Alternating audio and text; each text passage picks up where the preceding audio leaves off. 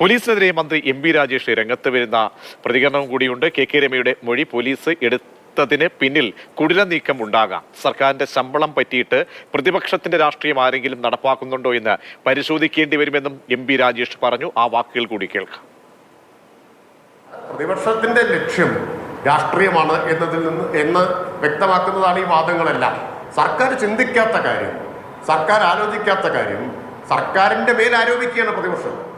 അവർ പ്രതിപക്ഷത്തിന്റെ ആവശ്യമാണ് ഇങ്ങനെ ചില നീക്കങ്ങൾ നടക്കേണ്ടത്. അതാ ഞാൻ പറഞ്ഞത്, ഇത് നിഷ്കളങ്കമായിട്ട് നടന്നതല്ല. ആരാണ് ഇതിന്റെ ഗുണഭോക്താവ്? സർക്കാർ ആലോചിച്ചിട്ടില്ലാത്ത കാര്യം സർക്കാരിന്റെ മേൽ ആരോപിക്കുന്നതിന്റെ ഗുണഭോക്താവാരാ? പ്രതിപക്ഷം. അപ്പൊ സർക്കാരിന്റെ ശമ്പളം പറ്റിയിട്ട് പ്രതിപക്ഷത്തിന്റെ രാഷ്ട്രീയ ലക്ഷ്യത്തിന് വേണ്ടിയിട്ട് ആരെങ്കിലും ജോലി ചെയ്യുന്നുണ്ടോ എന്നുള്ളത് ഗൗരവമായി പരിശോധിക്കേണ്ടി വരും.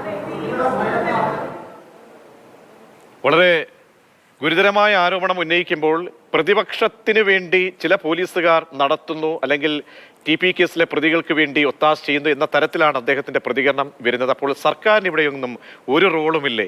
ഈ ആഭ്യന്തര വകുപ്പിന് പോലീസിന് മേൽ ഒരു ഉത്തരവാദിത്വമില്ലേ? പോലീസിനെ നിയന്ത്രിക്കുന്നത് ആരാണ്? അങ്ങനെ ഒരുപാട് ചോദ്യങ്ങൾക്ക് കൂടി തുടക്കമിടുന്ന പ്രതികരണം തന്നെയാണ് ഒരു മന്ത്രിയുടെ ഭാഗത്തുനിന്ന് കൂടി ഉണ്ടാകുന്നത്.